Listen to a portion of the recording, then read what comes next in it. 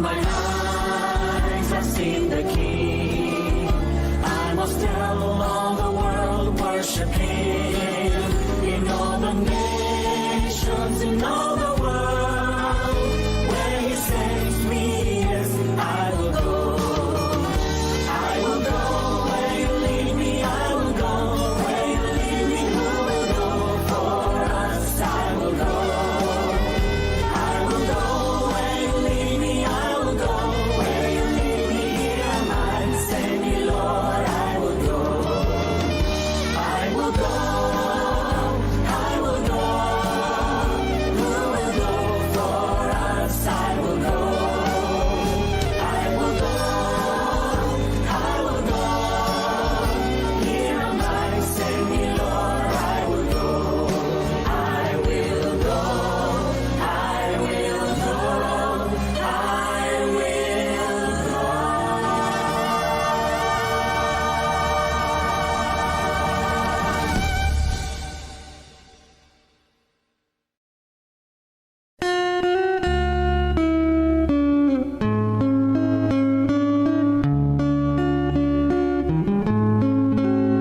Kung nais mong maligtas ka, si Jesus laging kasama. Sa hirap, lungkot at dusa, ika'y aalalayan niya.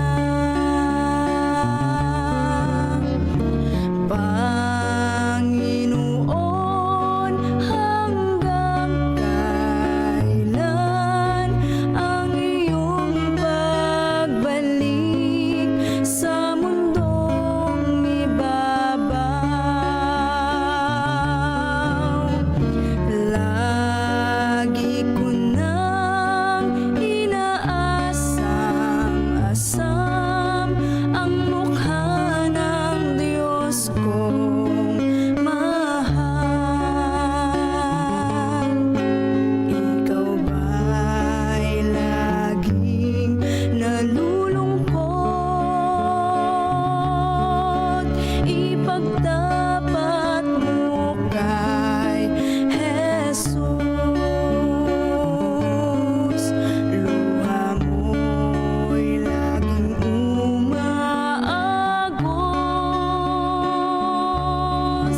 Aaliwin ka ng ating Diyos.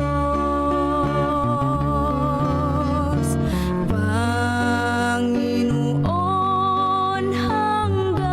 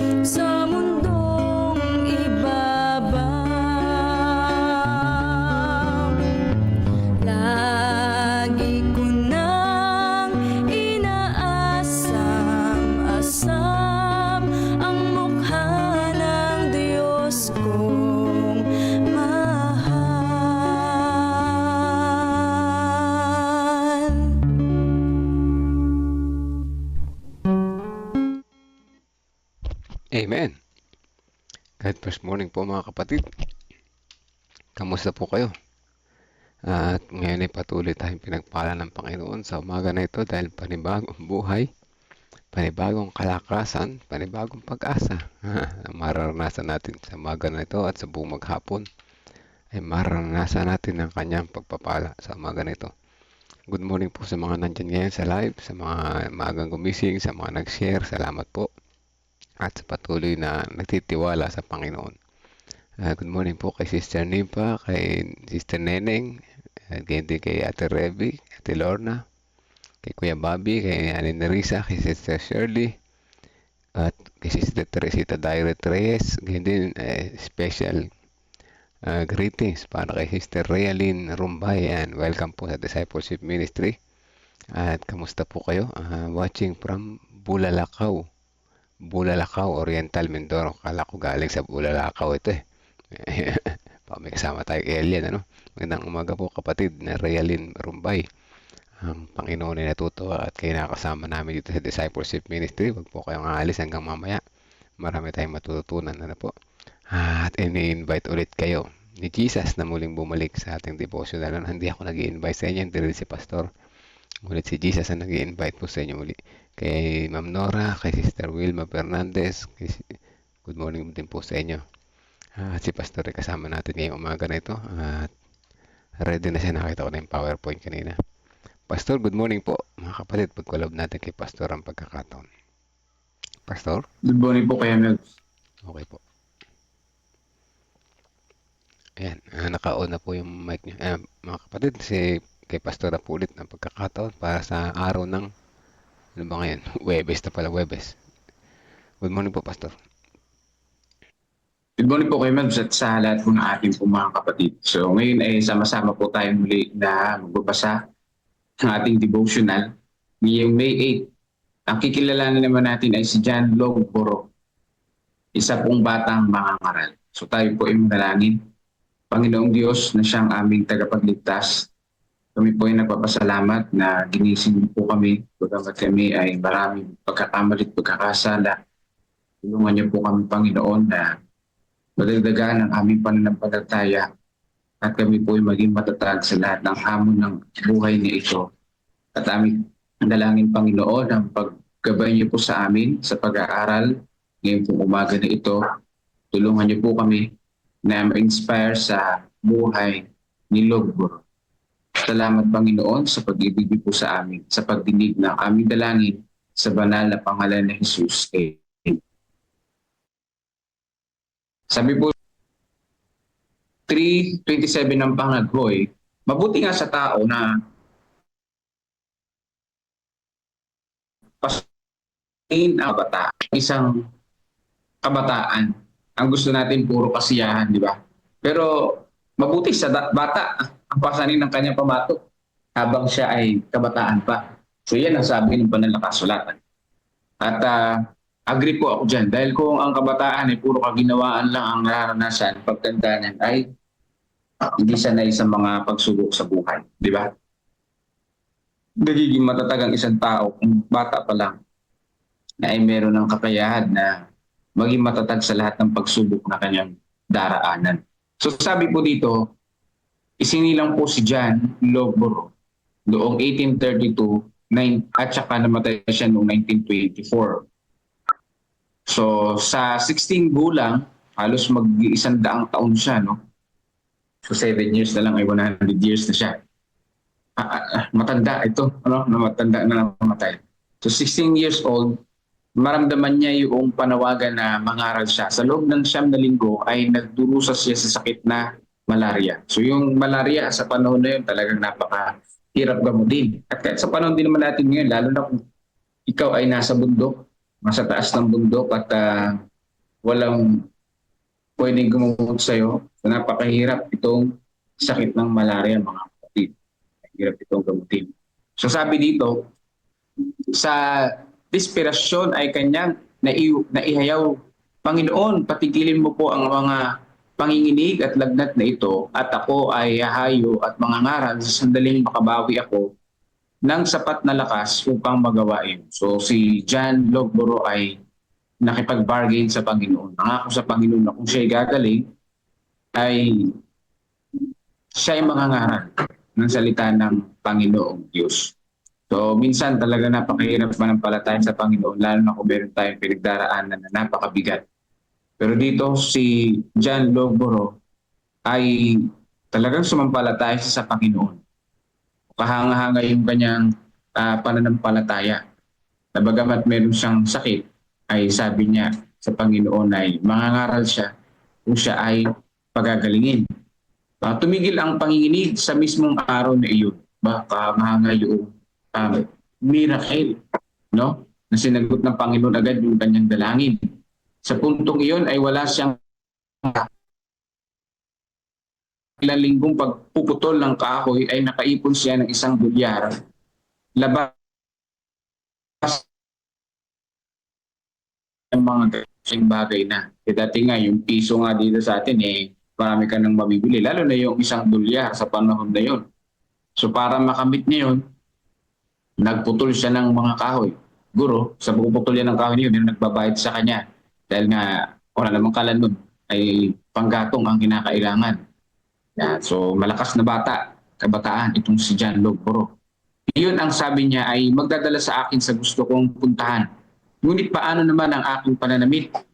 Ang sabi dito, ang daming problema, no? Pagaling sa sakit, pagkatapos yung pamasahe niya, tapos sunod yung damit naman niya, iniisip niya. Binigyan ako ng kapitbahay na pinagtatrabuhan ko ng isang saleko at isang pares ng pantalon na bahagyang nagamit. Ngunit dahil siya ay isang lalaki na mas matangkad kaysa sa akin, ang mga kasuotang ito pagkatapos putulan ng 7 pulgada ang pantalon, so malaki, no? Ay masagwa ng isuot bilang kahalili ng Amerikana. Binigyan ako ng kapatid ko ng double-breasted na pampatong na jacket na putol ang laylayan. So mahirap nga, no, pagsuot ng pinutol-putol na alam mong hindi naman sa'yo at di mo kasukat, no, masagwa ang dating. Pero dahil wala ka naman na masuot, titiisin mo na lang na yun ang iyong suotin mo kaysa nakahubad ka. Gamit ang kakatwang kasuotang ito at dala ang $1, nagpasya siyang pumunta sa isang lugar kung saan hindi siya kilala at sinubukang mangaral. Yun ang napakaganda dyan. Hindi ka kilala, tapos mangangaral ka. Yung wala kang kasamang ibang mananampalataya, ikaw lang. Ayun ang magandang bahagi. Kasi sabi sa Bible, diba, darating ang Panginoon kapag ka naipangaral na ang kanyang salita. Sabi po dito, nangaral siya sa lugar na hindi pa kilala siya. So marami na rin napuntahan at napangaralan sa panahon na yun. Pero hindi pa sapat para maabot ang buong mundo. Pero ganoon pa man, nagsimulang mangaral ito si John Logboro. Kung ako ay bigo, hindi ito malalaman ng aking mga kaibigan. Kung magtagumpay ako, ituturing ko iyon na katibayan na tungkulin kong mangaral. Yan, sa kanyang unang gabi ng paglabas ay nakita niya ang maliit na simbahan ng Baptist sa Nayon. Puno kumanta ako at ulat niya nanalangin at kumanta muli.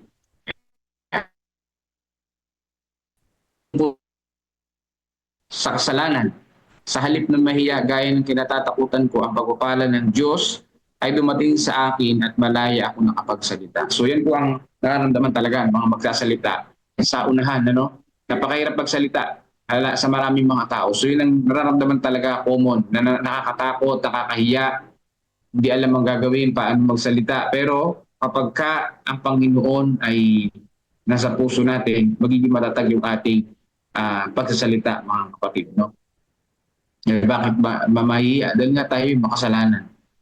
No, marami tayong pagkakamali at yung ating pananampalataya nanghihina din. So, nais nating patuloy na lumapit sa Panginoon. At kung gagamitin tayo ng Panginoon, so be it. No? Kung nananatili pa rin tayong buhay at gagamitin ng Panginoon sa gawain, di siya yung mangyari. So wala naman din tayong magagawa, no, bilang isang tao. Sabi pa dito, kinaumagahan ay sinabihan ako na mayroong 7 ministro na naroon ng nakaraang gabi. Kinabukasan, siksikan na naman ang lugar Sa palagay ko, ang nagdulot sa kanila na mag-usisa ay ang marinig ang isang walang balbas na batang lalaki na nangangaral. So effective din yung batang lalaki na nangangaral, ano? Kabataan na nangangaral kasi karamihan na nangangaral noon sa panahon na yun, mga talagang balbas sarado, mga matatanda. Kasi 1832 lang siya isinilang, di yung 1844 ay napakabata niya pa sa panahon na yun. So ngayon, yung nangangaral siya, talagang kabataan pa talaga kasama nila Mrs. White. Sa pagtatapos ng aking sermon, sabi niya, ang mga ngaral ay tumindig at sinabing, sa susunod na gabi ay isang serbisyo ng mga klase sa pag-awit ang sisimulan. Kaya hindi na ipagpapatuloy ang aking mga pulong. Pagkatapos ay isang Ginoong Thompson ang tumayo at nagsabi, Ginoong Logboro, ang paaralang ito sa pag-awit ay linano sa layuning patigilin ang iyong mga pagpupulong. Sa puntong iyon ay inanyahan ni Thompson ang batang mga ngaral na ilipat ang kanyang mga pulong sa isang malaking bahay, paaralan kung saan siya ay naglilingkod bilang isang tagapangasiwa. Yun pala yung nangyari, no? Pinuno nila ng concert yung lugar para hindi makapangaral siya ay tumigil na. Buti na lang mayroong isang tao, no? Pangalan ay Thompson, hindi si Richard Thompson.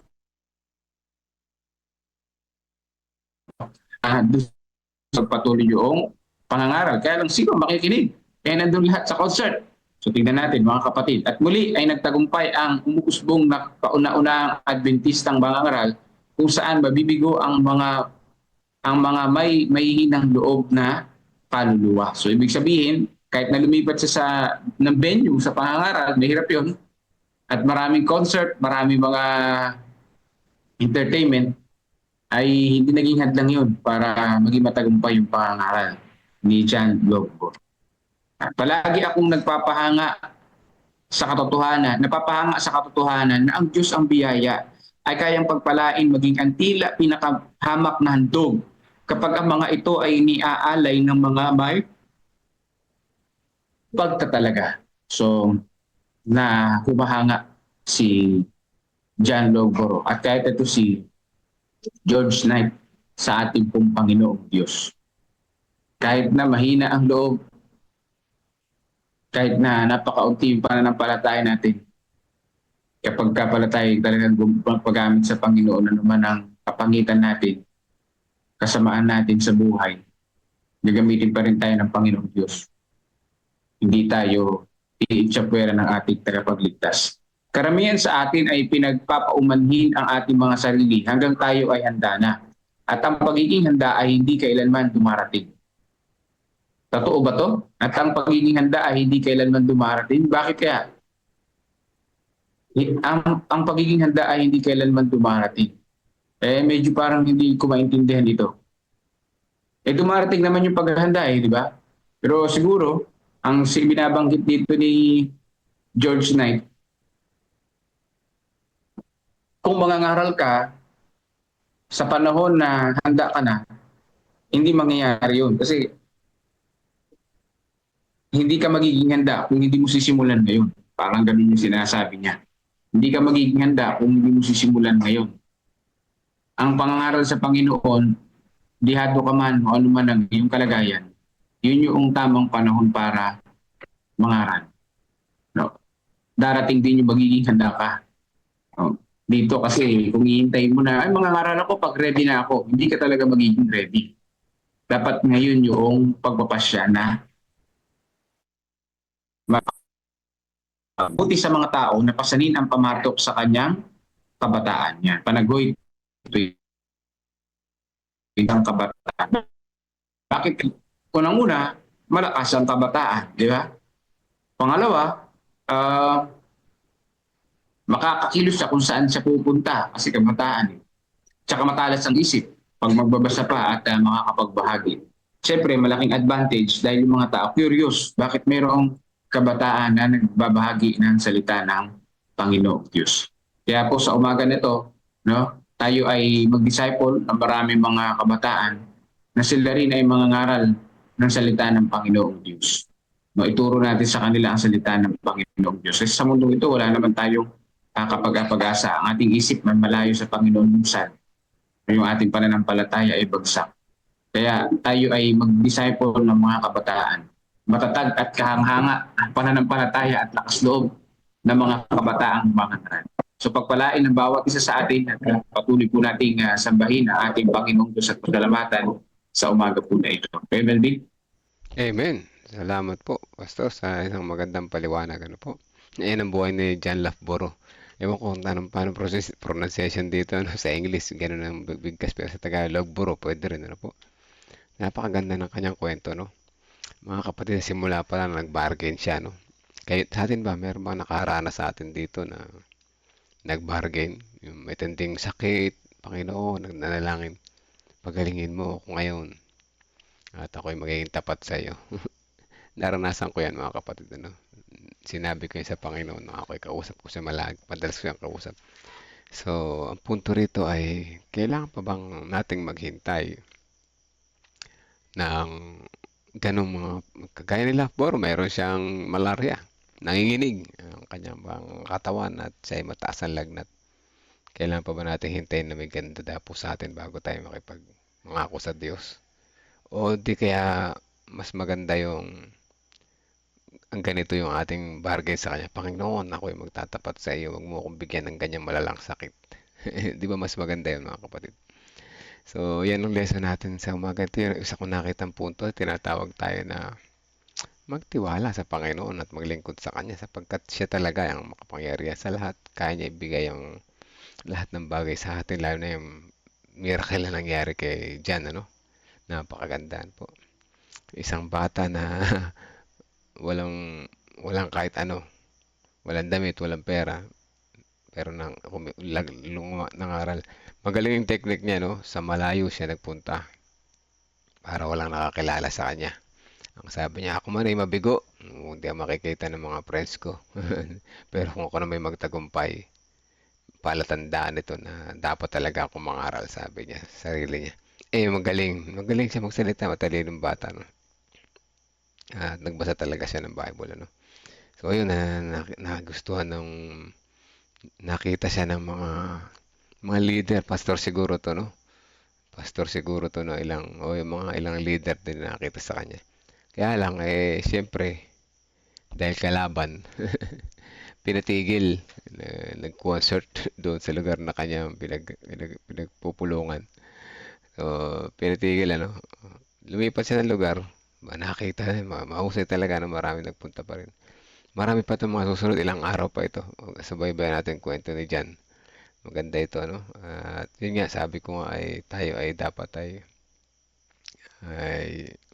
maging tapat sa Panginoon, maglingkod sa Kanya. Huwag natin hintayin yung kagaya nangyari sa Kanya, no? At sabi dito, kapag ang ating puso ay tapat, handang ialay kahit ang kaunti, kayang gawin kayang gawing dakila ng Diyos ang ating paglilingkod. Kahit kaunti lang nalalaman natin, pwedeng gawin ng Panginoon na mahusay ang ating paglilingkod na naman tayo tapat na lalapit sa Kanya at maglilingkod sa Kanya. So, hindi kailanman sayang ang pagsunod, lalo na kung ito ay nagsisimula sa kabataan. Yung mga kabataan rin, nahahamon dito tayo mga kabataan, ano? Sama ko sarili ko, si Pastor, sama natin yan. Na patuloy tayo maging tapat sa Kanya. At isa pang yung maganda rito point, nakita ko yung tanong na yung hindi ka magiging handa kailanman. Tama nga naman si Pastor, ano? Paano ka magiging handa kung di mo simulan, di ba? Saka na ako magiging tapat, sana ako maglilingkod pag ako ready na. Mga kapatid, kailanman di mangyayari may ready na, no? Magsimula ka muna ngayon. Kahit na maliit ka pa o maliit pa yung nalaman, unti-unti ka magiging ready pagka ikaw ay lumalago sa Panginoon. Yan ang tama, di po ba? So, ayun mga kapatid, bago tayo lumipat sa kabila, tayo muna yung manalangin. Pasalamat natin ang mapakagandang halimbawa ni John sa umaga na ito. Let us pray. Amang banal, makapangyarihan sa lahat. Salamat sa buhay ni John Lafboro na siya ay magandang halimbawa sa amin. Sa kabila ng pinagdaanan niyang pagsubok sa buhay, inyo siyang pinagaling, ang siyang kanyang pangako ay kanyang tinupad. Isang magandang halimbawa na siya ay nagtagumpay sa pamamagitan ng kaunti lang ang kanyang nalalaman, kaunti ang kanyang resources. Ngunit inyo siyang binihisan, inyo siyang binigyan ng katwiran, inyo siyang binigyan ng karunungan at sinamahan sa kanyang paghayo. Salamat sa ganitong halimbawa na kami rin bilang maliit ang aming pinagkukunan ay pwede kaming magamit sa gawain niyo. At nawa sa pagpapatuloy na pagpakilala namin kay John Logboro, patuloy namin siya makilala ng lubusan. At sa aming pananatili pakikinig sa Councils on Stewardship sa CLPM God First Morning ay kami po ay samahan ninyo hanggang mamaya mas matuto ng higit pa at mas lumago ang aming pagtatapat at pananampalataya. Ito po ang aming dalangin sa pangalan ni Jesus. Amen. Okay, let's go. Proceed tayo sa kabila. Huwag niyo akong iiwan at patuloy tayong matuto pa. Connecting. Ayan po, magdidilim ang aking screen. Matik yan. Kukonect sa kanila. At waiting time, ito na. Siguro, hindi tayo sandali. Bukas yung title ay, hindi ko nakita yung title para bukas. Pero maganda rin, ano? Maganda rin. Baybayan natin ang buhay. Pastor John Vincent, well, sa lahat po ng gustong pong mag-reflect, kung meron po kayong reflection about po sa topic natin kahapon.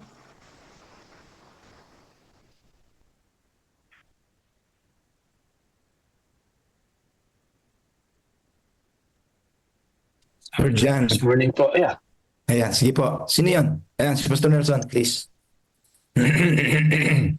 God first morning po, Pastor Jerry, Pastor Jan. God first morning. Morning.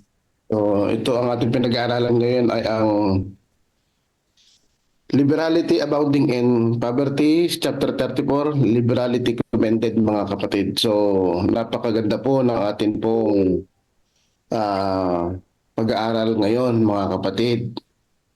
So, liberality ay talagang binigyan na ng definition, pinaliwanag sa atin ni Pastor Jerry kung ano ang liberality, mga kapatid.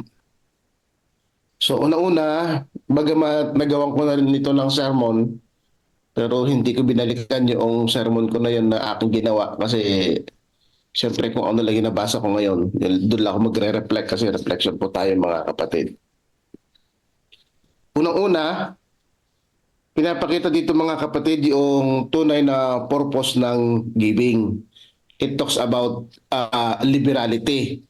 So alam naman natin kung ano ang liberality, mga kapatid, ay ito. Pinarward kaagad ni Pastor Jerry ng kahulugan ng liberality is giving freely and abundantly, mga kapatid. So unang-una, kung tayo ay magkakaloob, giving, mga kapatid, ang sabi dito, for God loveth a cheerful giver. So, ang nagtatanim ng sagana ay aani ng sagana. Ang nag-aasik ng bahagya ay aani rin ng bahagya. Ang ibig ko sabihin, mga kapatid, kapag tayo ay magkakaloob, magbibigay, ang sukatan natin, mga kapatid, ay sang-ayon sa ipinagkakaloob sa atin ng Diyos. Kapag ang ating pagkakalob, mga kapatid, marami ang pinagkakaloob ng Diyos na pagpapala, at ang ating pagkakalob sa Panginoon ay kakarampot, mga kapatid. Alam nyo, pinakita ko kay Pastor Jerry yung kabuang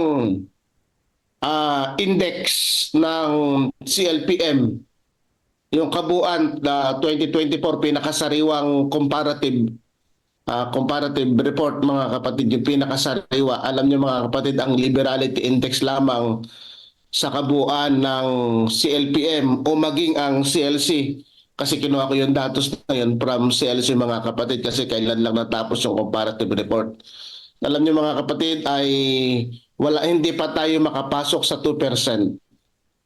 Ibig sabihin, yung ating liberality index ay 10 piso ang ikapo, ay parang 1 peso and 80 centavos lamang, 1.8, Pastor Jerry, ang liberality index ng buong CLPM.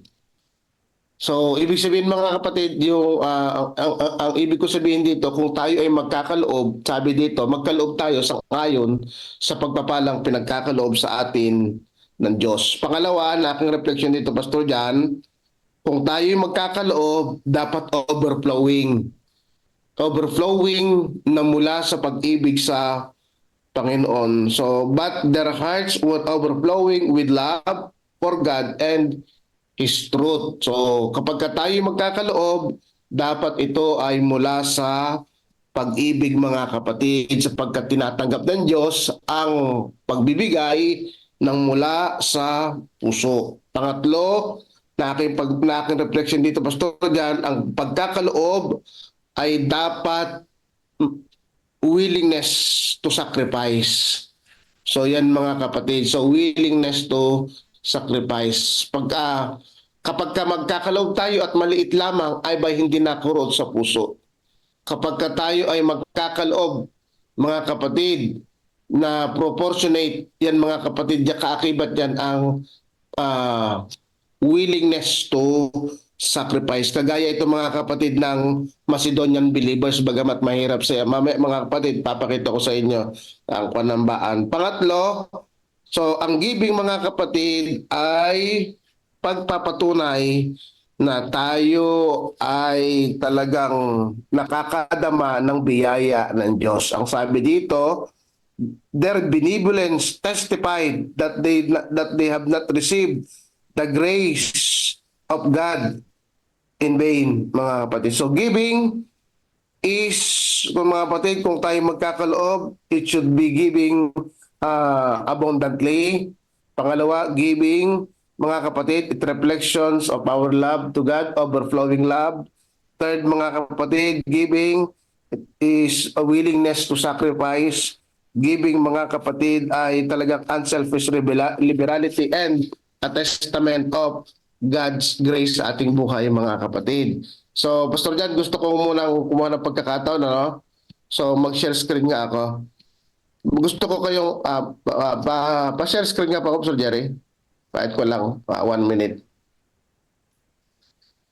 So, ito ko mga kapatid, ako natin itong tawag nito, itong Macedonian Church. Alam niyo mga kapatid, talagang pinuntahan ko itong Baan Church, mga kapatid. Ewan ko, nakikita niyo po sa screen, ano? Pinuntahan ko po itong Baan Church at alam naman natin, nag-report na sa atin nagtalakay na rin si attorney sa atin. Kilala na rin natin kung ano ang Baan Church.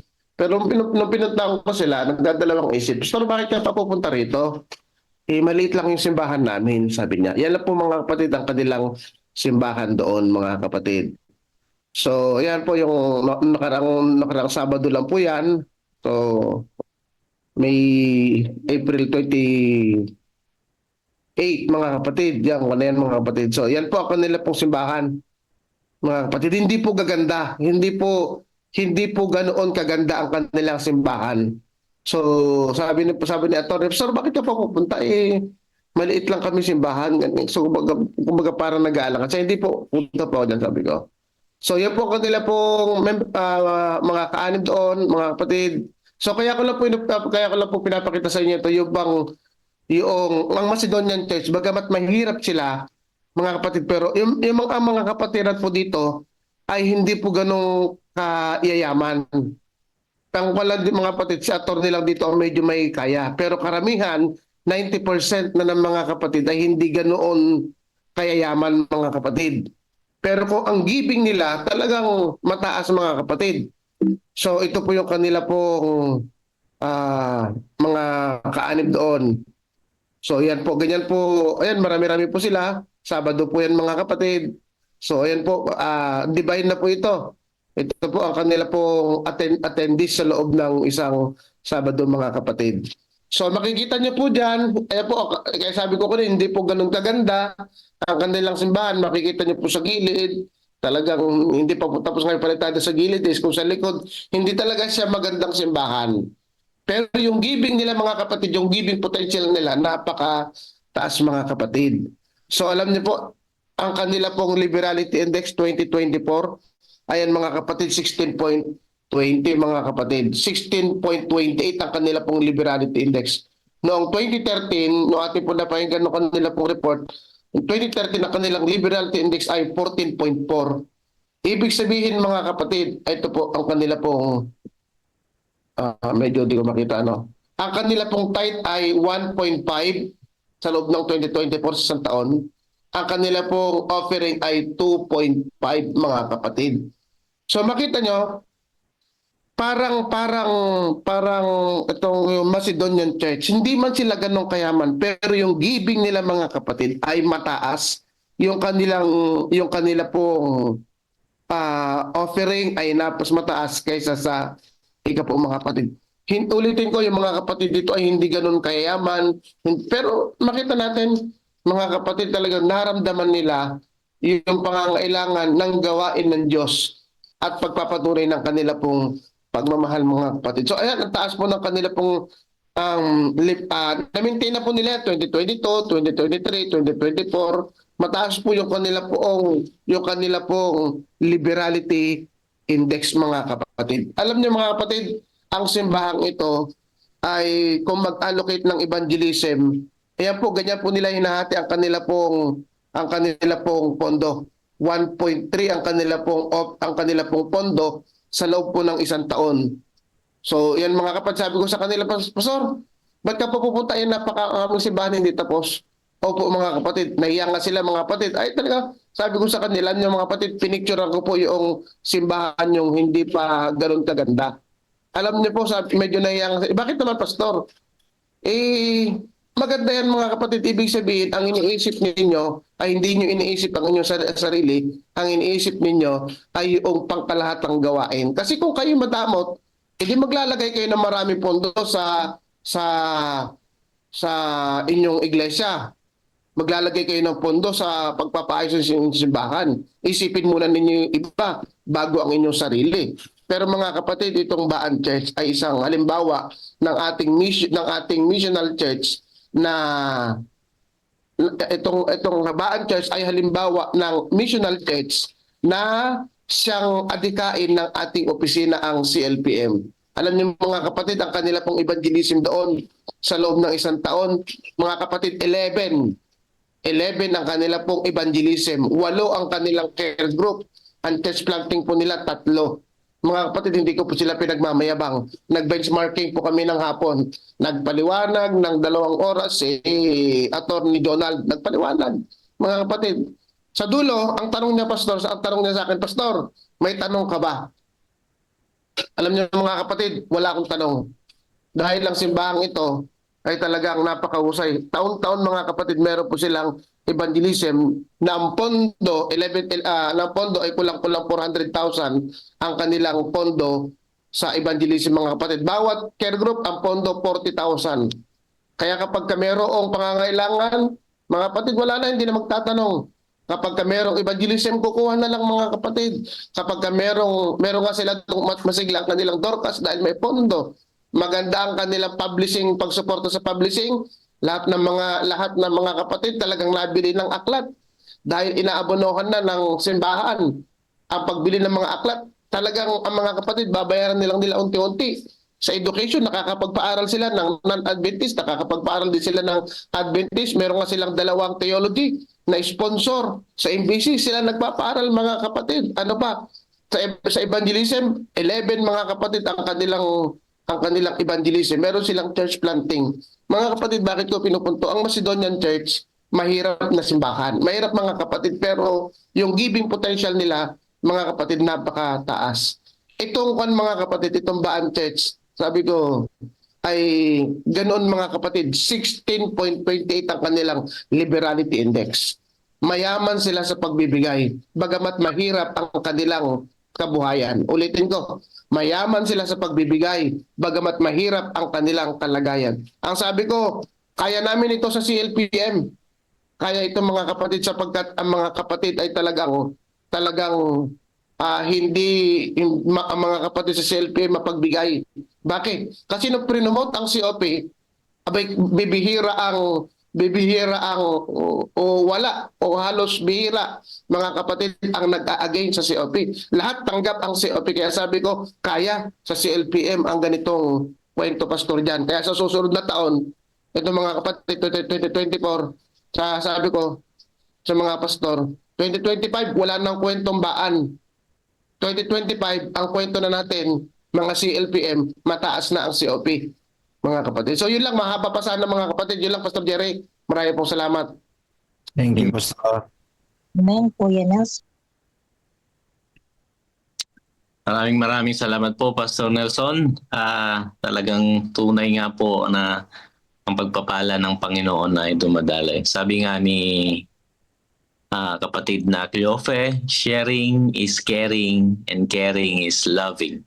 Tayong mga sumasampalataya sa Diyos at nakakatanggap ng biyaya ay nakakaramdam ng kanyang pagmamahal ay dapat lang maging biyaya din sa iba. Therefore, by giving, we are sharing the love of God. Opo. Amen. Amen. Maraming salamat po. Sabi po ni Pusuan natin, Pastor. tuan po natin. Sabi po ni Pastor Joseph, Lulu, caring, loving, pamor. Sabi nga ng mga kabataan, sana all. So, sabi ni Sir Edmond, kaya po pala bukas palad para po tayo'y palaging handang tumanggap ng pagpapala at maging daluyan ng pagpapala sa iba. Ang bukas palad sa pagbibigay, ang Diyos ang magpupuno. Amen? Amen. Amen. Kapatid, Pusuan natin, pusuan. suan po natin. Kapatid. Yan. So, tunay nga po, kaya nga sabi po sa John 3:16, for God so loved. The next verb is give. He gave His only begotten Son. So, the greatest manifestation of love is all about giving, mga kapatid. So, salamat po, Pastor Nelson, sa report na yan. And I hope and I pray that it will happen mga kapatid, in our mission. By God's grace, mangyayari po yan. Anyone po sa ating pong reflection, mga kapatid, sa topic po natin kahapon or dun po sa report ni Pastor Nelson kasi napakaganda. Pastor Jackson. Napakagandang report. Purihin ang ating Panginoon. Tungkol sa pagpapala o pagbibigay ng ating dakilang Diyos sa atin, pagpapaulan ng pagpapala, ay mayroon lang akong nakikita. Hello? Hello, naririnig ba ako? Go ahead. Pastor. Go ahead po. Kung atin hong balikan yaong binasa kanina sa Genesis 2, kasi sinusundan ko po. Genesis 22 pala. Sorry, Genesis 22 verse 16 at 18, dalawang bisis na sinabi rito, sapagkat ginawa mo ito at hindi mo ipinagkait sa akin ang iyong anak, ang iyong kaisa-isang anak. 17, tunay na pagpapalain kita. 18, at sa pamamagitan ng iyong binhi ay pagpapalain ang lahat ng bansa sa lupa, sapagkat sinunod mo ang aking utos. May pagkakataon, mga kapatid, na ang pagbuhos ng pagpapala, mga kapatid ko, ay kapag ka nakita na tayo ay hindi nagkakait. May pagkakataon na kondisyonal ang pagpapala, mga kapatid ko. At sinabi rin si Daniel na sinukat kita, ikaw ay nagkulang. Tungkol din yun sa ating kapabilidad o kapabilidad na magbigay. Hindi basta nagbigay, kundi alam ng Panginoon yung ating ding kapabilidad.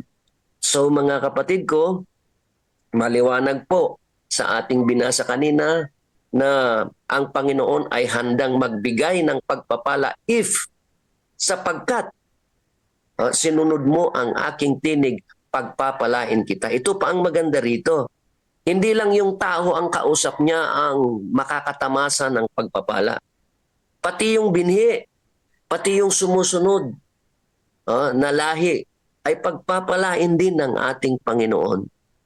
So, yan ho ang prinsipyo ng ating dakilang Diyos. Kung gusto natin po ang pagpapala, ay aralin natin, payagan natin ang ating sarili, piliin natin, mga kapatid ko, na ano po, na magbigay sa gawain ng Panginoon at nang magkagayon ay pagpalain tayo ng Panginoon sapagkat ang sabi niya, sapagkat ginawa mo ito, 2 beses po binanggit ang salitang sapagkat ginawa mo ito, pagpapalain kita. Magandang umaga at yan lang po ang aking mai-contribute. Amen. Amen. Thank you po, Pastor Jackson Dasoy, sa reflection. Sabi po dito sa group chat, sa chat po ay sabi ni Pastor Nelvin, God first morning bilang mga Adventista, tinawag tayong maging ilaw sa sanlibutan. Isa sa pinakamabisang paraan upang ipakita ang liwanag ni Kristo ay sa pamagitan ng pagbabahagi ng mga pagpapalang tinanggap natin. Pero minsan hindi ito palaging material. Minsan ang simpleng panalangin para sa kapwa o ang pagbabahagi ng Three Angels message ay malalim na pagpapakita ng tunay na pagmamalasakit. Amen? Amen. Sabi po ni Sister Marisa, tunay nga po na kung tayo ay pinagpapala ng Panginoon, tayo ay magbigay ng kaloob upang makibahagi tayo sa gawain ng Panginoon. Amen. Mga kapatid, maraming salamat po sa inyo pong reflection. Yeah. Jomer, Pastor. Si Pastor Jomer nagtaas ata ng kamay. Sir Jomer, go ahead po. Good morning po. God first morning po sa lahat, Pastor Jerry. Magkuhan lang po ako. Ito naman po ay may halong reflections at may halo pong experience. Actually, iniisip ko noon pa kung paano ako mag-share ng experience ko related po sa ganitong bagay sa pagiging liberality po, mga kapatid. Matagal at marami naman na po tayong narinig ng mga kwento at saka mga testimonya o karanasan ng mga kapatid. Ngunit sa akin pong bahagi ay gusto ko lang pong i-share. Kasi nung nakaraang kahapon po, ako po ang nag-lead nitong chapter 34, ito pong Liberality Commended. At habang pinag-aaralan ko po at binabasa ko po ito, ay nare-reflect ko po yung aking sarili. At talagang yung talata ng 2 Corinthians chapter 8 verse 5 ay nagpaalala uli sa akin kung ano po ang pinakauna na mahalaga na dapat po nating ibinibigay sa Panginoon. Actually po, alam po ito, aywan ko lang po kung maalala, mga kapatid, ni Pastor Jerry. Nung ako po ay church planter pa ng CLC, ang isa po sa mga requirements po namin ay magkaroon po kami ng stewardship compliance. And during that time po, ang ating pong mahal na presidente ay kasalukuyang stewardship director po ng CLC. At pinatawag po kaming lahat 2019 doon po sa Laguna, sa ACLC, sa training. At habang ako po ay nakikinig doon, mga kapatid,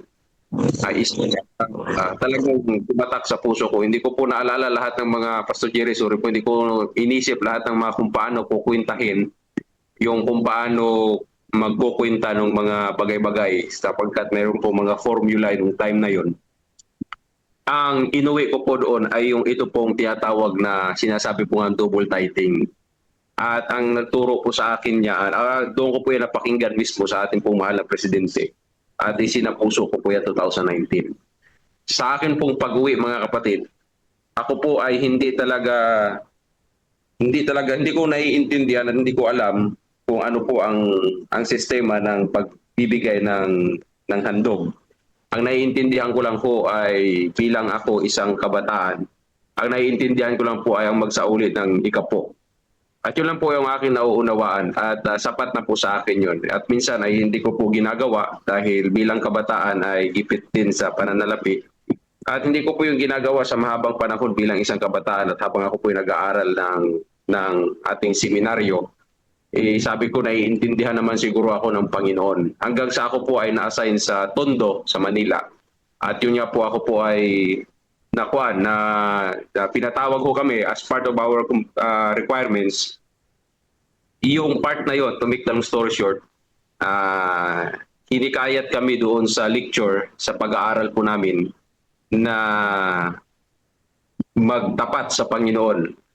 Kaya after po nung lecture na yon ay dinala ko ho, papauwi, yung panawagan na yun, yung call na yun ng ating Panginoon. At sinimulan ko pong magkaroon ng tinatawag nating proportionate. Ito na po yung mga term natin sa kasalukuyan ng ating pag-aaral. Yung ating pong double tithing na aking pong naunawaan noon. Sa una ay napakahirap sundin, napakahirap gawin kasi hindi ko naman po talaga systematic kong ginagawa yung bagay po na yun, mga kapatid. Ngunit sabi ko, kung ito ay sa Panginoon at para sa Panginoon, kailangan at dapat pong gawin. Until such time na ito pong talata, isa po sa pinakamahalaga na naintindihan ko na nakapagpapagaan ng loob ay kung tayo ay nasa Panginoon ay kailangan ng unang pinaka ibinibigay po natin. Sinasabi ni Apostol Pablo sa itong 2 Corinthians na yung ating puso, yung ating pong buhay muna ang unang binibigay.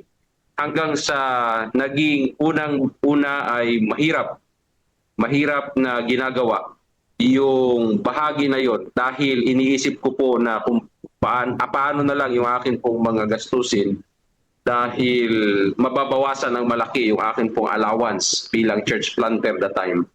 Pero sabi ko, Panginoon, kayo na pong bahala ang magpo-provide. Itinuruan ko po yung sarili ko na ibigay yung kung ano yung aking naintindihan sa salita ng Panginoon. So, kaya po ako ay nagpapasalamat sa Panginoon at silently ang ating pong mahal na Pangulo ay malaki po ang impluwensya sa buhay ko kung paano pong maging tapat sa paghahandog at pag-iika po ng 10% or more since 2019 po, mga kapatid. Kaya po ako, nung ito ay pinopromote sa atin pong misyon dito po sa CLPM, ay masaya din po ako ng tahimik sapagkat lahat po, sabi ko ay lahat ng mga kapatid ay magkakaisa na sa pagiging liberal.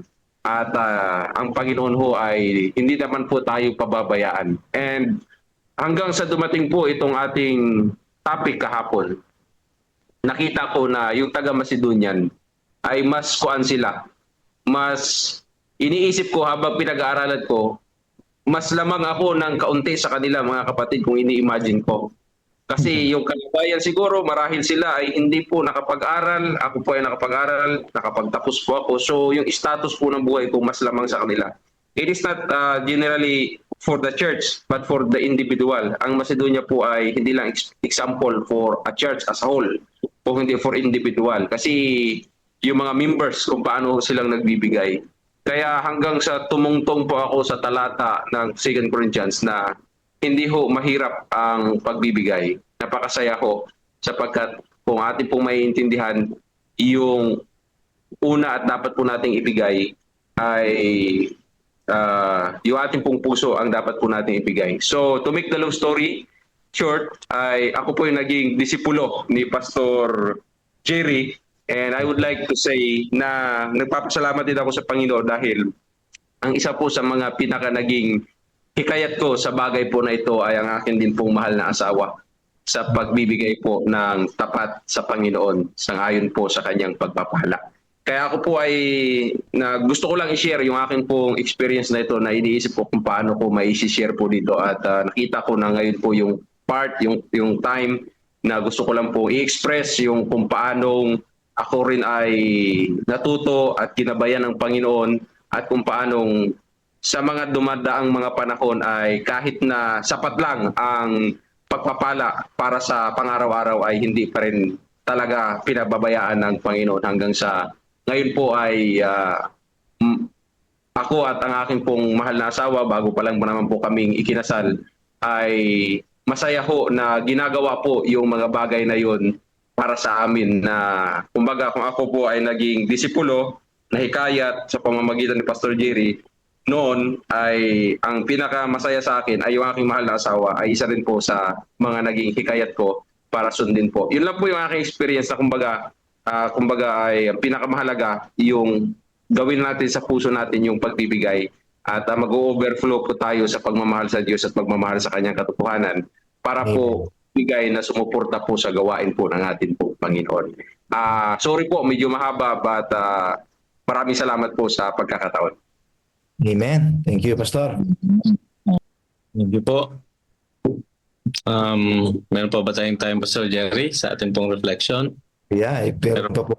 Nasa muna tayo, Pastor, habang naghihintay tayo ng isa pa. Sige po.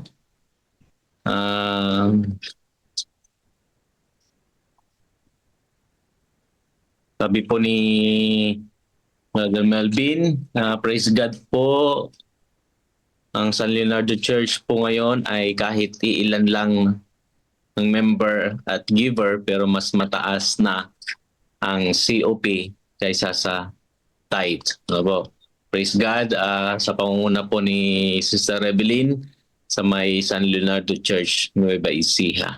So praise God po, kapatid, sa kanyan pong report. Kami Sir Edmond, naway maging pandemic ang pagiging liberal sa pagbabalik.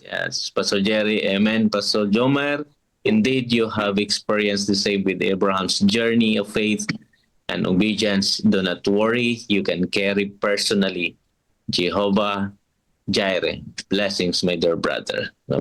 Tunay nga po ang mga testimonya natin sa buhay, ito'y magdidiin na kung saan ang ating Panginoon ay ang pagpupuri ay sa Kanya po lahat.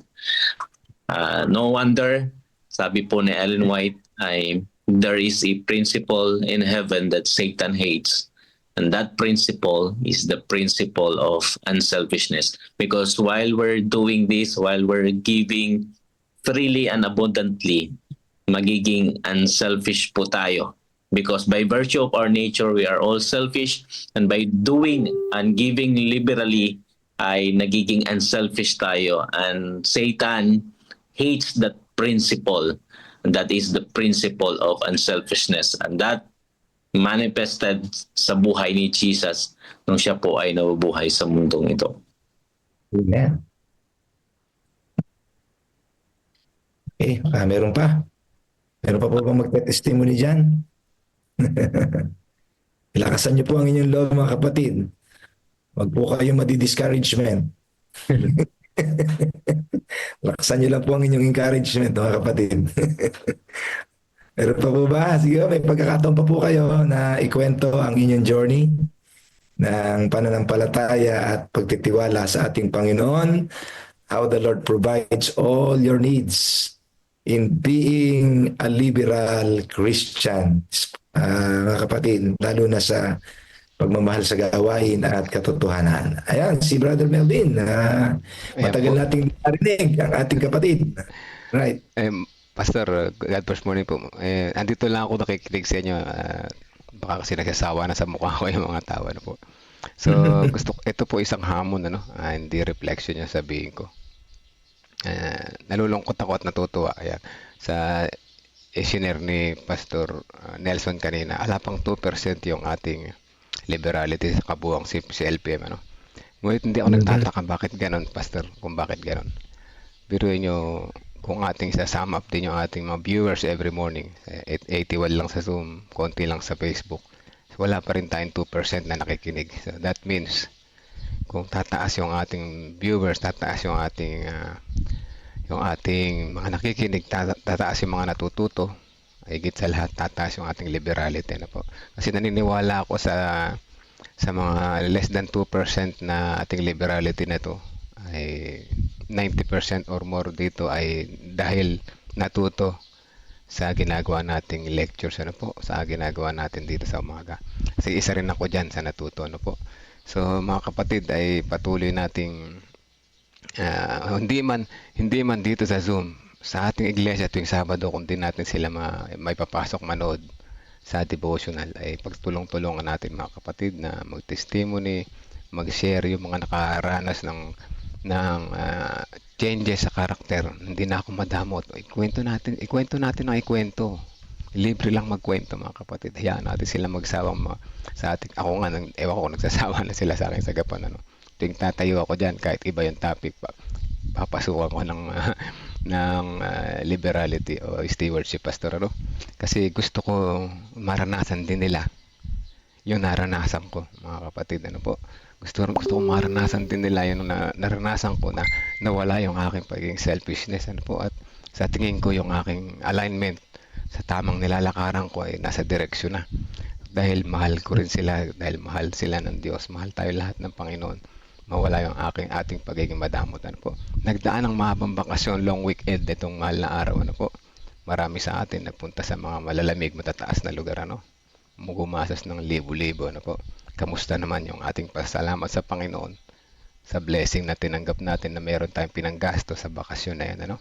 Nawa ito ay hindi kakarampot dahil tunay na makikita yung ating pagmamahal sa pamamagitan ng ating pagbabalik ng pasalamat sa Panginoon.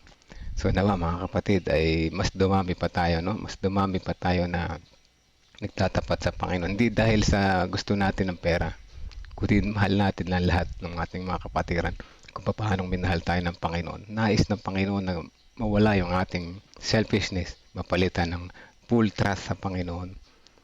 Sa pamamagitan nito tayo ay magiging makakatulong sa pagtatapos ng gawain. God bless morning po sa lahat. Amen. Praise the Lord. And Yes. Pastor John. yes po, sabi po ni Pastor Ernie, maganda po ang mga testimony na pagpatibay ng ating pananalig sa Diyos. Kapag ating inuna ang Panginoon, ating mararanasan ang pangako ng Diyos sa awit 37, talatang 25, ako'y naging bata at ngayon matanda. Ngunit di ko nakita na pinabayaan ng Diyos ang mga matuwid. Amen. Po, Pastor Ernie, sa isang magandang reflection. Yes. Pastor, gusto ko lang hong balikan muli natin ang ating pag-aralan na napakadiin noong pong 10 araw na tayo magkakasama after po ng 40 days ng ating pong journey sa ating pong CLPM. Ang ating pong in-establish na biblical truths or assumptions. Okay? Nowhere in the Bible we can find offerings are given less. It is always more when it's given with faith, love, and gratitude. Ang Macedonian Church na ikinument ni Apostol Pablo ang kanilang pagbibigay ng malaya at sagana sa kabila ng kahirapan ay isa po itong ebidensya at katotohanang nagsusuporta sa assumption na ito na sa kabila ng kanilang matinding kahirapan ay natuto nilang sumagana ang kanila pong pagbibigay dahil mahal nila ang Diyos at nagpapasalamat sila sa Diyos at nagtitiwala sila sa Diyos. Yun po ang foundation o yung pong tinatawag nating common denominators ng mga taong, alam nyo na develop ang kanilang relasyon sa Panginoon ay sumasagana po talaga, naapektuhan po talaga ang kanilang giving potential. Pastor John, meron po kasing akong na-encounter na mga churches na iwinawaksi ang Macedonian experience in giving sa offering principle. Ayan. Ayaw po nila itong tanggapin sapagkat hindi naman daw po offering ang pinag-uusapan dito. Ayan. Yan po yung sinasabi ng iba. Kaya ayaw ho nilang sumunod sa, alam niyo na, sa ating panawagan ng tinatawag nating principle in giving, systematic and regular. Kasi hindi daw tama ang ating paggamit o pag-quote ng supporting document o supporting text o supporting experience from the Bible ng tungkol sa paghihimok na magbigay ng sagana dahil ang 2 Corinthians chapter 8 and 9 ay hindi naman daw po offerings ang pinag-uusapan doon kundi yung pagbibigay ng malaya sa pangailangan ng mga kapatid na naghihirap doon sa Jerusalem. Ano po masasabi niyo dyan? Para makita ko rin po kung baka meron huyang descendant dito, yung kaisipan na yan, baka may descendant sa ating grupo. Buti na magkaliwanagan. Ano po ang inyong palagay, mga kapatid?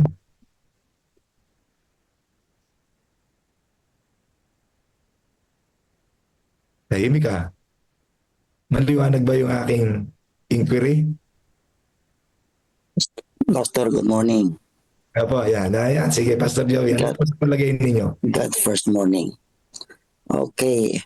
Either of the two, para sa akin. Either of the two, Pastor Cherry, may prinsipyo pa rin tayong makukuha doon. Doon man sa tanong ninyong yan, kahit saan po tayo umikot doon, hindi man yung konteksto ng karanasan ng Macedonian, pero yung prinsipyo ng giving, nandoon pa rin. Sana makuha natin yon, nandoon pa rin. Ipinakikita pa rin yung liberality. Pagtulong man ito sa Macedonian o ang Macedonian man ang tumulong, nandoon pa rin ang prinsipyo ng liberality at saka systematic giving. So yun yung aking reflection, basta. Amen. Meron pa po ba? Ano po sa palagay ninyo? Salamat, Pastor Joey. Pastor, magandang umaga po. Hindi po. Maganda po yung inquiry na po. Kung ating pong tingnan po yung title po ng 2 Corinthians 8, Excel in Giving. Yan po yung alam po natin na yung pong Macedonian Church ay napakahirap.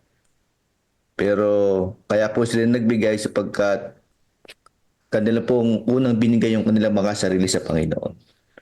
Amen. They fully give themselves to God. Kaya kung hindi po ito natin magagawa na ating unahin pong ibigay yung ating sarili sa Panginoon, hindi po natin kayang magbigay ng 10% or more. Dito po nakalagay ang prinsipyo ng ang pagbibigay ay may relasyon sa ating Panginoon. Kapag ating kilala ang yung Diyos na siya yung may-ari ng lahat ng bagay, siya ang nagpo-provide sa atin, hindi natin mapipigilan na magbigay sa Kanya sapagkat meron tayong relasyon sa tagapagbigay. Amen. Amen. Amen. Alright, salamat po. Mga kapatid, nag-post po ako dito ng question. Ano po ba ang handog? Ano bang ibig sabihin ng offerings? At ano ang prinsipyo sa pagbibigay ng offerings? Mga kapatid, when you look at the Bible, marami pong mga texts na hinihimo from the Old Testament to the New Testament. We are invited or we are encouraged and mandated, okay, na magbigay ng offerings. And offerings comes after faithful tithing. Tandaan po ninyo, ang paghahandog ay sumusunod pagkatapos nating ganapin ang pagbubukod at pagbabalik ng ikapo. Hindi pa po tayo nag-iikapo kapag tayo po ay nag-ikapo. Hindi tayo nag-offering kapag tayo po ay nag-ikapo. Offerings follows after the faithful tithing. Tandaan po niyo, no? Ngayon, bakit po mayroong offerings and tithings? Ang principle po behind is recognition. Recognition. Sino ang nire-recognize? We-recognize God. Yun po ang point noong practice ng tithings and offerings. At offerings is giving, mga kapatid. Offerings is giving and also returning. Giving and returning. Ang offerings and tithing ay meron po silang principle na design. Sapagkat ang offering ay worship. Tithing is worship. Offering is worship. It is an expression of worship. It is an act of worship. And worship is a spiritual response to God. Okay? Worship is a spiritual response to God of somebody who acknowledged God as creator, owner, provider, and sustainer of life. Ito pong experience ng 2 Corinthians chapter 8 and 9 ng Macedonian Church is an expression of worship. Ito ay pagkilala na sila ay mayroong Panginoon. Mapapansin po ninyo na ang highlight po ng story ito, hindi naging masagana mula sa kanilang kahirapan ang pagbibigay ng Macedonian hanggat di nila na-experience ang pagbibigay ng buong buhay nila kay Jesus. The Macedonian Church acknowledges Jesus as their Lord and Savior. And in response, they are willing to give abundantly out of their poverty. So, ito pong Macedonian experience is offering in principle because it is an expression of love, gratitude, and faith to Jesus. Kaya nga mga kapatid, malaya natin dapat kunin ang napakalusog at napaka-abundant, napakabuntis, pregnant na mga prinsipyo na pwedeng ituro para maging tama ang pagbibigay ng mga Kristiyano sa panahon natin ngayon. God bless us all. Amen. Maraming pong salamat, Pastor Jerry, sa ating pong reflection sa kahapon po na topic. And I think wala na po tayong oras. Tayo po ay dadako na sa ating pong last part ng ating program, part 4, which is ang ating pong Council of Stewardship reading.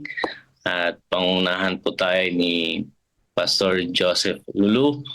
No po, siya po ay na-assign ngayon sa South Pampanga, no po, sa may San Luis.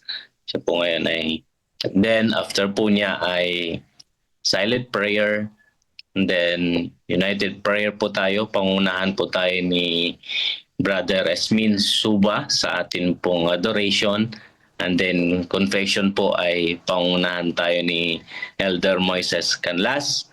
And then Thanksgiving, request po ay si Elder Rizalino Erelia. Elder, kayo po ang Thanksgiving. Kung pwede po. At ang atin pong supplication ay, namimiss ko to eh. Kaya gusto ko siya po manalangin sa supplication ng aking pong isa sa tinitingalang pastor, si Pastor Jackson Dasoy. Pastor, pwede po ba kayong manalangin po mamaya sa supplication? So, sila po yung manguna sa atin, mag-lead po sa ating prayer, and then closing song, and then say OP chant, and then closing prayer po mga kapatid. At tayo pong lahat ay i-prepare din ang ating mga sarili habang tayo po ay patuloy na makikinig at atin pong namnamin ang salita ng ating Panginoon sa aklat po ni Ellen White. Brother Melvin, God first morning video.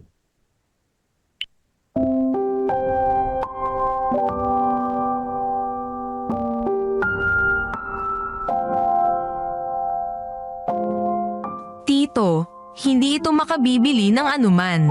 March 1. Offertory Reading Devotional.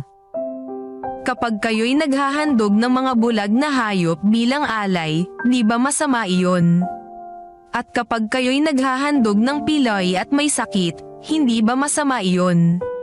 Subukan mong ihandog iyon sa iyong gobernador, masisiyahan kaya siya sa iyo o papakitaan ka kaya niya ng kabutihan? Sabi ng Panginoon ng mga hukbo. Malakias Kapitulo 1 Versikulo 8. Si Kezia ay isang masayahing bata na nakatira sa isang malaking syudad kasama ang kanyang mga magulang. Mahilig siyang bumili ng maliliit na bagay na kinagigiliwan ng mga batang tulad niya.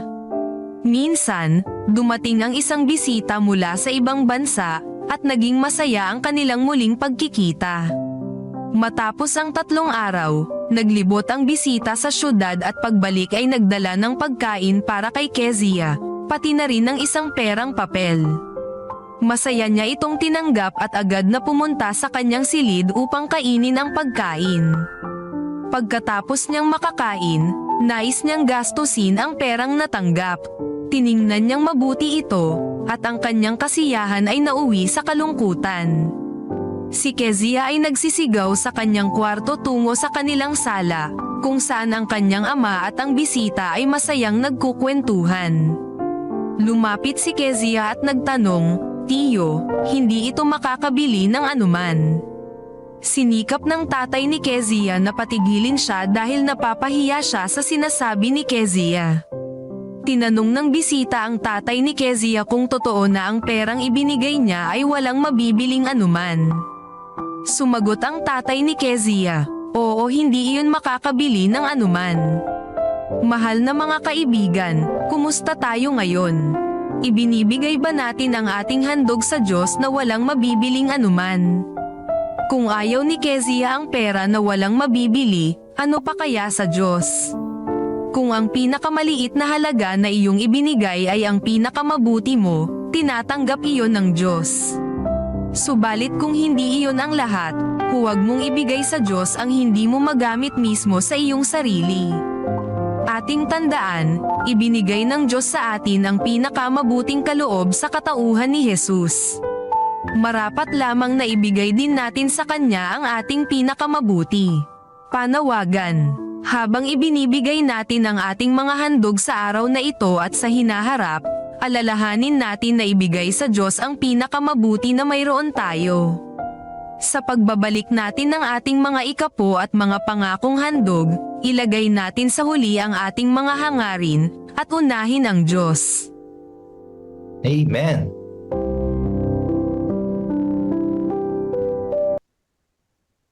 Amen po. Sir Joseph. Okay, God first morning po sa lahat mga minamahal mga kapatid, mga kamagagawa. Ngayon po ay nasa section 6 po tayo na ating po pinag-aaralan ang liberality abounding in poverty. At nasa chapter 34 po tayo, no? Na ang pamagat po ngayong umaga, ating pag-aaral ay liberality rewarded. Yan, yung gagantimpalaan po ang kagandaang loob. Ito yung pangako ng ating Manang Diyos. Sa ating pong kwento ay nakatala po sa aklat po ng mga hari. Hari 17:8-16. Makikita po natin sa kwentong ito ang dalawang karakter. Una po ang lingkod ng Diyos na si Elias at ang pangalawa ang babaeng balo na kung saan ay pareho po sila, sabi rito ng banal na kasulatan, pareho po silang tumugon no, sa panawagan ng Diyos. Ang sabi dito sa talatang 8, at ang salita ng Panginoon ay dumating sa kanya na sinasabi. Kanino raw po? Kay Elias. Dumating po ito. Dahil ang kwento po dito, inulaan ni Elias na magkaroon po ng tagtuyot doon po sa lugar sa panahon po ni Akab. Ano ho? At nung natuyo na po yung batis, dito po ay wala na po siyang mainom, ay dumating po yung salita ng Panginoon kay Elias. At sa talatang 9, ang sabi po ng talata, ikaw ay bumangon, paroon ka sa Sarepta na naukol sa Sidon, at tumahan ka roon, narito aking inutusan ng isang baong babae, roon na pakanin ka. Yan, no? Pareho po silang inutusan ng ating Manang Diyos. Dito po sa ating aklat ng na ating po pinag-aaralan, ang sabi rito, kaya't si Elias ay nagtungo sa Sarepta. Nang makarating siya sa pintuan ng lungsod, naroon ang isang biyudang babae na nangunguha ng mga kahoy. Naroon po siya. Tinawag niya ito at sinabi, pakidampot naman ng konting tubig sa sidlan upang aking mainom. Habang siya yayaon upang kumuha, muling sinabi ni Elias, isama mo na rin, pakiusap ang isang kapirasong tinapay na nasa iyong kamay. Yun po yung sabi ni Elias sa babae. Ang sabi naman po dito sa ating comment, sa tahanang lubog sa karilitaan, matinding dala ng tagutom ang kanilang paghihirap at ang kaunting pagkain na natiray wari ng maubos. Dumating si Elias sa mismong araw na kinatatakutan ng byuda na sila'y mamamatay sa gutom. Sabi po rito, sa gitna ng matinding kahirapan at pagdurusang halos hindi na kayang tiisin, sinubok ang pananampalataya ng byuda sa kakayahan ng buhay na Diyos na tustusan ang kanyang mga pangangailangan. Ngunit kahit na sa bingit na siya ng kamatayan, ipinakita niya ang kanyang paniniwala sa pagsunod sa kahilingan ng estrangherong humihingi ng bahagi sa huling pagkain nilang. Sa makatuwid, ang babae po ay tumugon sa panawagan ng ating Mana Diyos. Pinakain po ang lingkod ng ating Mana Diyos na si Elias. Kaya nga po ang sabi rito, nang hilingin ni Elias na bigyan siya ng pagkain at inumin, sinabi ng byuda, sumpaman sa Panginoon mong Diyos, wala akong tinapay. Maliban na po sa isang dakot na harina, saan daw po? Sa bariles at kaunting langis sa sisidlan. Narito, nagtitipon ako ng 2 pirasong kahoy upang ipagluto ito para sa akin at sa aking anak. Upang makakain kami at mamatay. Yun po yung sabi ng pang babae, ano ho? Na yun na lang ang last nilang kakainin upang na sila po ay mamatay. Sumagot po naman si Elias, sabi rito, huwag kang matakot. Gawin mo ang iyong sinabi, ngunit unay gumawa ka muna ng isang maliit na tinapay para sa akin at ihatin mo sa akin. At pagkatapos ay gumawa ka para sa iyo at sa iyong anak. Sapagkat ganito ang sabi ng Panginoong ng Diyos ng Israel, ang bariles na harina ay hindi maubos at ang sisidlan na langis ay hindi magkukulang hanggang sa araw na magpaulan ang Panginoon sa lupa. Ang sabi po rito, walang hihigit pa sa subok na ito ng pananampalataya. Yun po yung comment. No? Palaging mabait at mapagbigay ang byuda sa mga estranghero. Ngunit, ngayon, isinapuso niya ang pagtitiwala sa Diyos ng Israel na siyang magtutustos sa kanya. Sa kabila ng takot na baka mamatay sila ng anak, sinunod niya si Elias bilang pinakamataas na pagpapakita ng pagiging mapagpatuloy. Yan po ang sinasabi rito na kalagang ang babae pong ito, no?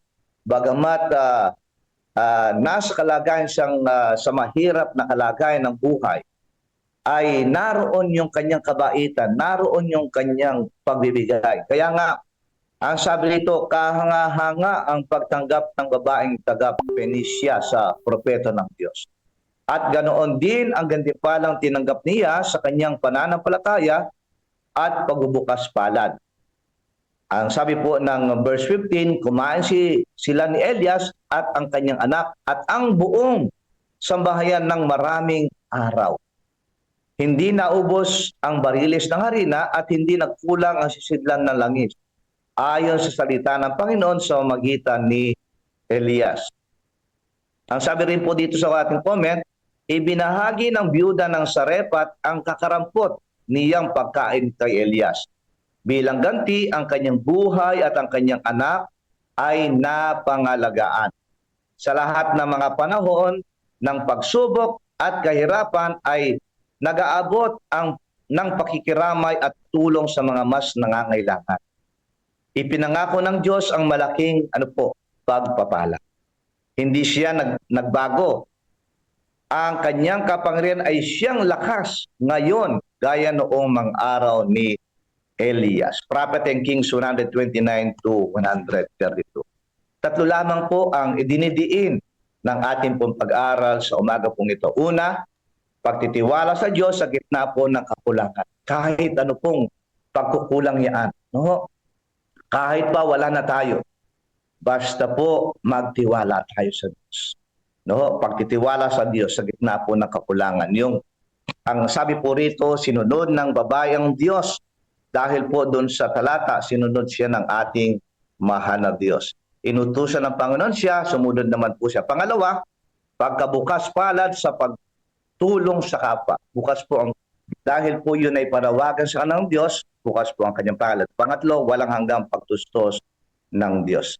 Yun po yung mga kayamanan na sigurado po ipagkakalob naman ng Diyos kung ito po ay ang ating buhay ay sumunod na sa ating mahal na Diyos. Kaya nga po, ang kwento pong ito ay patuloy na nagpapaalala na ang pananampalataya sa pagbabahagi kaano mang kaliit ay nagbubukas ng daan sa mga himala o pagpapala. Yun lamang po ang ating pong lesson po umaga. Maraming pong salamat. Amen po. Amen. Thank you po, Pastor Joseph, sa... Amen. Amen. Amen mga kapatid, ano po? Yan, maganda yung lesson. Alam natin lahat ito. Alam natin yung kwento ni Elijah at ni Zarephath, ano po? At ito ay isang magandang testimony ng katapatan, ano po? So, alam natin na itong mag-ina na ito ay talagang walang-wala ano, ng panahon. Pero hindi sila dalawang isip na magtiwala sa Panginoon. Maganda yung pangako na sinabi ni Elijah. Nagtiwala sila, no? At inuna nila yung pakainin si Elijah. At itinulong nila sa kanilang kapwa yung kanilang natitira pa. At sila hindi nawala na. No? Nangyayari yan. Maraming tayo narinig yan testimony. Tayo lang yung matigas ang ulo mga kapatid. Ano? Lagi tayo nagdududa. Lagi tayo nangamba na baka wala nang matira sa atin. Ngunit patuloy ang Bible na nangungusap. Patuloy si Jesus na nangungusap na huwag tayo mag-alala. Dahil hindi niya tayo pababayaan. Basta itapat na ibigay natin ang tunay na pagtitiwala at buong puso natin sa Kanya. Ano po? So, nawa, maraming nakilos sa magandang message niya. Ano? At yung iba kasi talagang, ang tao kasi talagang matigas ang ulo. Matigas ang ulo. Ano po? Sinabi nang di tayo pababayaan, udududa pa rin. Ano po? Nawa, mawala na yung ating mga pagdududa. Sabi nga ay mas masarap magbigay kaysa tumatanggap. Anong gusto niyo tayo tatanggap? O tayo magbibigay. Mas gusto ko na yung tayo tatanggap. Ano po? Pagtitiwala at katapatan. Sabi ni Ate Reby. Kung ikaw yung nagbibigay, that means marami kang blessing na natanggap. Ano? O kaya may blessing ka na natanggap. Di man marami. Kahit konti lang yan. Kung ikaw yung nagbigay, masarap magbigay. Lalo na sa Panginoon. Diba? So yun po. Ano? Praise God sa testimony ni Ate Reby. Kakaunti member pero more than na yung kanilang offering kaysa tithes. Ano? Magandang pasimula yan Ate Reby at hindi kayo nahirapan. Mag-adjust dyan sa inyo. Kami sa Gapan talagang mahirap. Ano? At ganun talaga ang buhay. Mas maraming members, mas marami kang dapat na sharean at mas marami kang dapat na bigyan ng lecture. Yan, ganyan. Ano? Pero naniniwala ako na one day, unti-unti, ano. Sa ngayon, medyo marami-rami na yung nag-COP sa amin, nakakaunawa. Pero meron pa rin mga, siyempre, hindi mawala yung matigas ang puso sa dami ng mga, 76 din kaming attending members, active attending members, 76. So, yung iba kasi, ang dahilan ay wala naman silang trabaho. Paano sila magbibigay? Yun ang nagiging dahilan nila, no? Iba naman na estudyante lang kami. Paano kami magbibigay? So, yun na po. Yun ang kanilang dahilan. Pero alam natin na kagaya ni Zarephath sa lesson. Sila nga walang-wala na. Isang pagkain na lang. Isang luto na lang mga kapatid. Ibinigay pa. No? Pagtitiwala sa Panginoon kulang natin. Ano po. At sabi naman ni Risa, mula po talaga sa ating CLPM devotional, mas lalo po akong masaya at mahabagin sa kapwa. Dati pa akong maawain, mas lalo pa ngayon. Salamat po Pastor Jerry at sa mga kapatid Seventh-day Adventist. Yan po ano. Talaga may character development dito. Hindi ako naniniwala hindi. Kaya sabi ko nga kanina doon, nag-share ako kaya mababa yung ating overall na liberality index sa buong CLPM. Dahil mababa din yung ating viewers. Kung konti nakikinig, konti nakikidevotional, paano mababago yung mga tao, di ba? So, ganun. So, kung hindi natin sila mapapasok dito, tayo pumunta sa kanila sa church. Pagtulong-tulungan natin na ma-educate sila. Pangalawa ay, meron akong nakalimutan sabihin doon na hindi ko nasabi ko rin nagmamadali ako sa oras. Ngayon nakalimutan ko. Kanina alam ko sana, ngayon nakalimutan ko. At ano pa ba yung gusto kong sabihin? So, nakalimutan ko. Anyway, naalala ko, sabihin ko na maging Nanay Nerissa sabi niya ay mas naging mapagtiwala po ako sa Diyos at hindi sa aking kakayahan. Yes, yan ang number one, ano? Yan talaga yung madidevelop sa atin, ano? Yan talaga madidevelop. At meron po tayo, sabi ni Ma'am Nora, meron po tayong kapatid sa Batangas na nang narinig ang magandang balita ay humanap ng church natin, ba? Kahit malayo at nagbigay ng kanyang tithes. No, magbigay siya ng tithes. Kahit ang kinakain, prutas ng kanyang mga anak na ani nila sa bakuran ay binigay niya sa tithes. Wow, very good, ano po? Ang kapatid na ito ay nabuhay ng 102 years. Wow! Praise the Lord. Sana maabot din natin yan. No? At lahat ng kanyang mga anak ay nakapag-aral. Lahat na nasa Canada at USA na. Oh, praise the Lord. No? Isa sa kanyang mga anak ay si Ma'am Sofia Liwanag, na nurse supervisor ng Ma'am C, na ngayon ay nasa Canada na rin po. So, yan ang nagiging magandang example guys sa repat, ano po. No, prutas na lang kakain, bibigay pa pantides. Tingnan nyo na yung pagpapala sa kanyang pamilya. Di po ba? So, kaya nga sabi ko kahapon sa reflection mga tao na mahirap, sige ang reklamo sa Panginoon kung bakit sila mahirap. Pero hindi na natin naunawaan kung bakit tayo naging mahirap. Dahil ito sa ating kagagawan, ano? Madamo tayo kung gaano karami ang ating binibigay, paano tayo nagbibigay, ganun din natin tatanggapin pagpapala. Paano kung wala tayong binibigay, di wala rin tayong pagpapala. Ganun lang yan, di ba?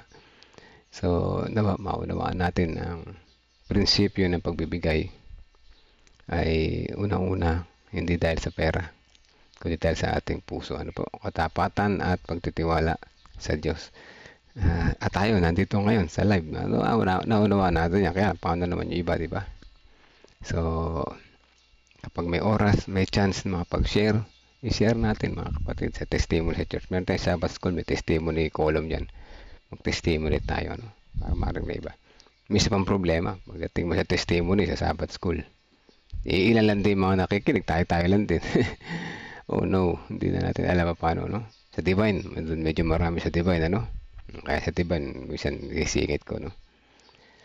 Kaya lang ay hindi natin talaga mapipilit yung iba, sarado talaga ang tenga at puso, ano?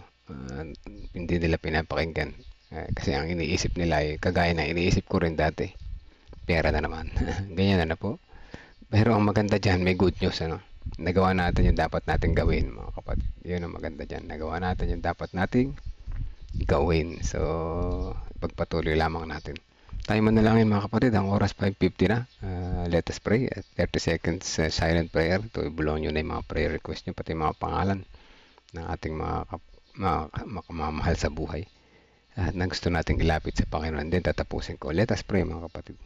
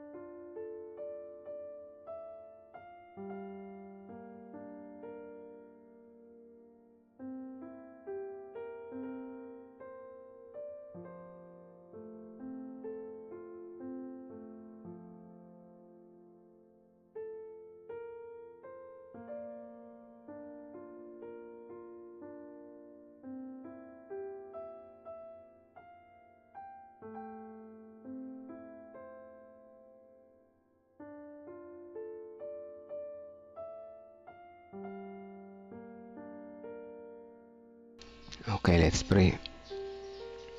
Amang banal na makapangyarihan sa lahat, salamat po sa lesson na ito patungkol sa pagiging tapat at pagtitiwala po sa inyo.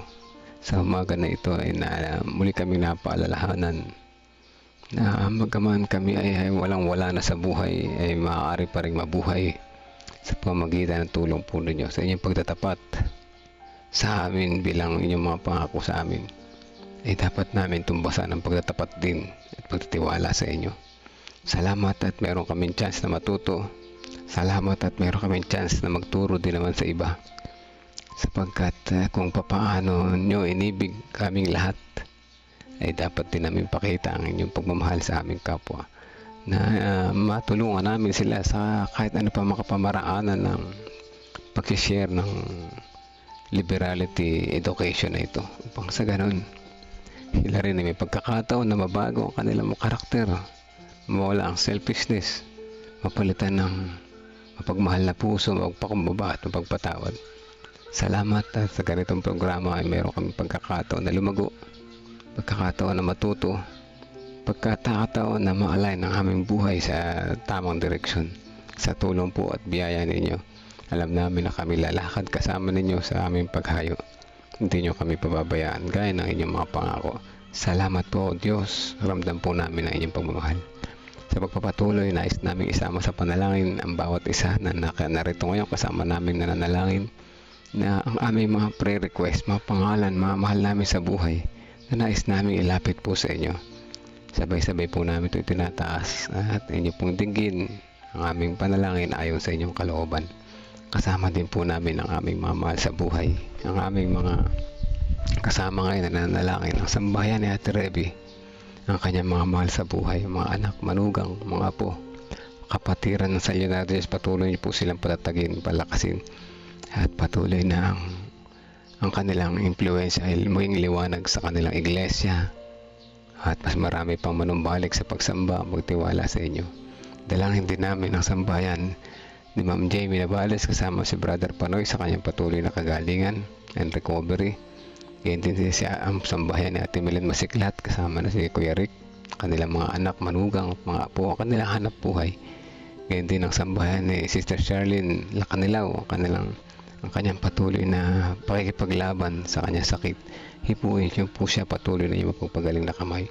Ganyan din ang sambahayan ni Ma'am Femi Sabat, kasama si Ma'am Rachel sa kanyang past healing and recovery, ang guys teacher sa kanilang pag-travel ngayong umaga papunta sa Klaa. Ganyan si Casey, si Dr. Ben sa kanyang malayo sila sa kanilang bahay, ngunit malapit po siya sa inyo, dakilan Diyos. Ang sambahayan ni Sister Neneng kasama na si Brother June, at sila ay samahan niyo po sa araw-araw na kanilang paglago. Ang kanilang mga prayer request din po ay yung tinggin ayon sa inyong kalooban.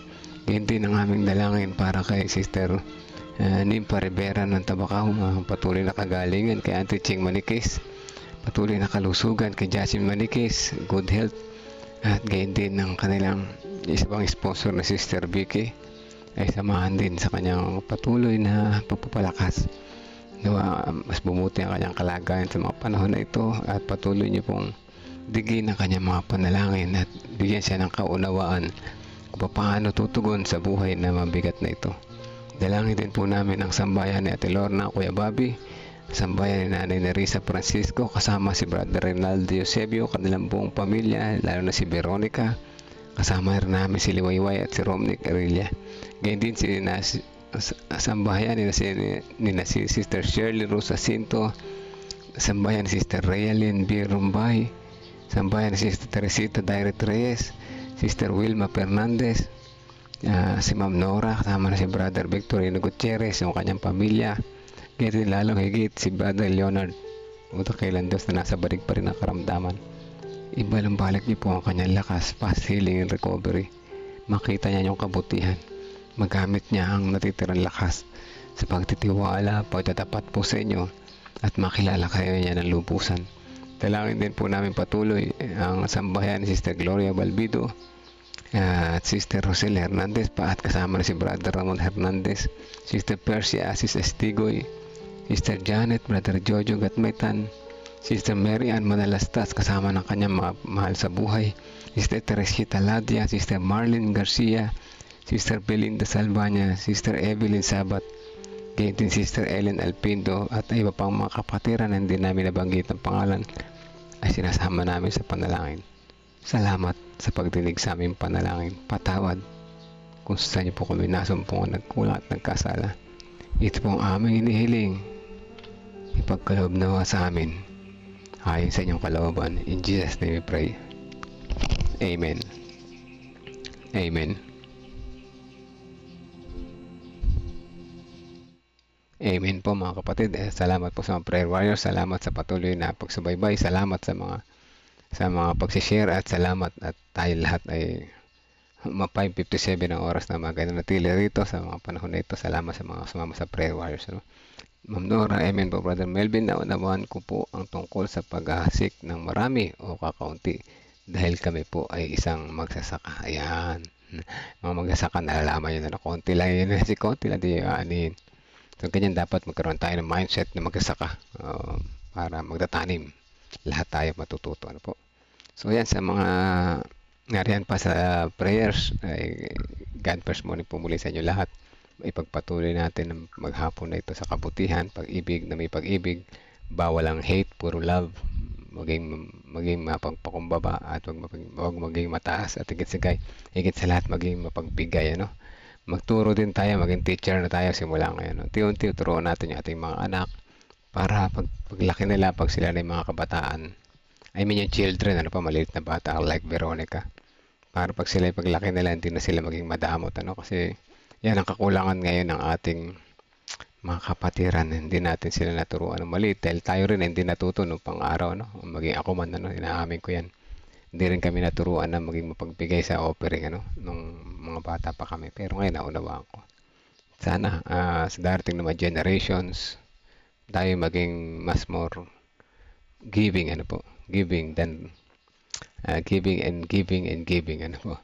Sharing is caring, mga kapatid. So ayan, God first morning po sa ating lahat. Hanggang dito na lamang, 5:59 ng umaga. Magandang umaga at salamat po sa pakikinig.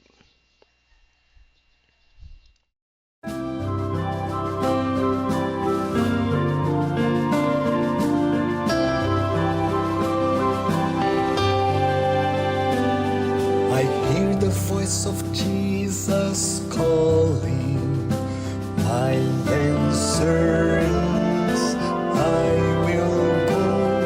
I see the need of people crying. My answer is I will go.